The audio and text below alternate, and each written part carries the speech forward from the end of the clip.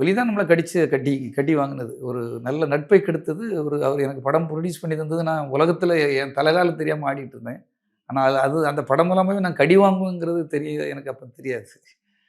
எல்லாரும் உனக்கு அது வெளிய வந்து விஜய் வந்து எனக்கு சம்பளம் வேண்டாம். இந்த படம் நான் நடிச்சு குடுக்குறேன்ற மாரி சொன்னதா இல்ல. பேசுறீங்களா? அவருக்கு முறையான என்ன சம்பளமோ அத வாங்கிக்கிட்டாரு. ம். என்ன அன்னைக்கு இருக்க மார்க்கெட்ல என்ன சம்பளமோ அத வாங்கிக்கிட்டு தான் அவர் பண்ணாரு. அதெல்லாம் கரெக்டாவும் நம்ம குடுத்துட்டோம். கரெக்ட்டா ரிலீஸுக்கு முந்தின நாள் ஒரு திட்டமிட்ட சதிம்பாங்க இல்லையா? அதாவது நம்மளுடைய வளர்ச்சி வந்து நெறைய பேருக்கு பிடிக்கல. ஏன்னா, விஜய் அவங்களுடைய தந்தை வந்து கொஞ்சம் கொஞ்சமா விஜய்க்கு அவங்களுக்குள்ள ஒரு நெருக்கம் இருந்தது. ஒரு விரிசல் வந்து பிரியிறாங்க. ஒரு பிரிஞ்சு இருக்கும்போது முக்கியத்துவம் தராங்க எனக்கு. இந்த ஒரு விஜய் சார் எனக்கு ஒரு முக்கியத்துவம் தராரு. ஒரு இடங்கள் பார்க்குறது, அவங்களுக்கு ஒரு இடம் பார்த்து முடிக்கும்போது மற்றவங்களுக்கெல்லாம் பிடிக்கல. கூட ஒரு லாயர் இருக்காரு. அத அத வாங்கி குடுக்குறேன். புரோக்கர் இருக்கான், அவன் இருக்கான். ஒரு 4, 5 பேர் இருப்பாங்க இல்லையா? நம்மக்கு அவர் முக்கியத்துவம் தர்றது. அவங்க அப்பாவுக்கு குடுக்குற முக்கியத்துவம் எனக்கு கிடைச்ச உடனே, அவங்கலாம் என்ன எப்படியாவது கட்டம் கட்டி வெளிய தள்றதுக்கு ஐடியா பண்ணிட்டாங்க.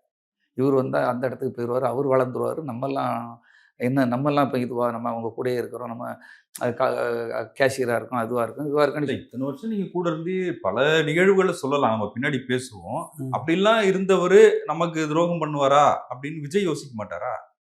அவரு ஒரு சார் அவரு ஒரு குழந்தை மாதிரியே வளர்த்துட்டார் சார். அவங்க அப்பாகிட்டயே அப்பா தான் சார் எல்லாம் பார்த்துக்கிட்டாரு.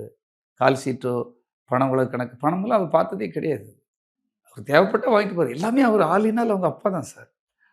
அவருக்கு அடுத்த கட்டத்தில நான் இருக்கிறேன்.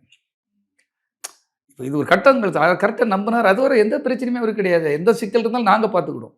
அவர் குழந்தை பூ மாரி போயிட்டு வரணும். அவ்வளவுதான். அந்த லெவலுக்குள்ள அவர் அழகா வச்சிருப்போம் சார். விஜய வந்து இந்த அளவுக்கு மக்கள் நேசிக்கிறதுக்கு, அவர கொண்டு போய் மக்கள் கிட்ட சேர்த்ததுல உங்களுடைய பணி ரொம்ப பிரதானமான பணி. அந்த காலகட்டங்கள்ல இன்னைக்கு வந்து சோசியல் மீடியா இருக்கு. அந்த காலகட்டங்கள்ல பத்திரிகைகள்லாம் அவருக்காக நடத்துனீங்க. கிட்டத்தட்ட 5 பத்திரிகைகள் நடத்துனீங்களா? 9 பத்திரிகை நடத்துனோம் சார். 9 பத்திரிகை. ஆமா. வெவ்வேறு பேர்லயா? வெவ்வேறு பேர்லயே. அவரு அவருடைய அன்னைக்கு இருந்த தளம் உங்களுக்கு தான் தெரியுமில்ல.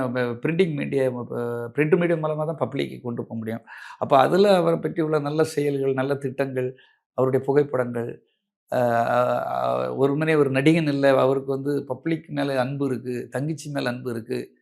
அவருடைய வித்யாங்கிற பேரு அவர் தங்கைய வந்து ஏன் நேசிக்கிறார்ன்னா, என் தங்கை வித்யா வந்து புதைக்கப்படவில்லை, விதைக்கப்பட்டார். ஒவ்வொரு வீட்லயும் என் தங்கச்சி வித்யாவா தான் பார்க்கிறேன். இப்படியெல்லாம் டயலாக்ல நானே எழுதி குடுப்பேன்.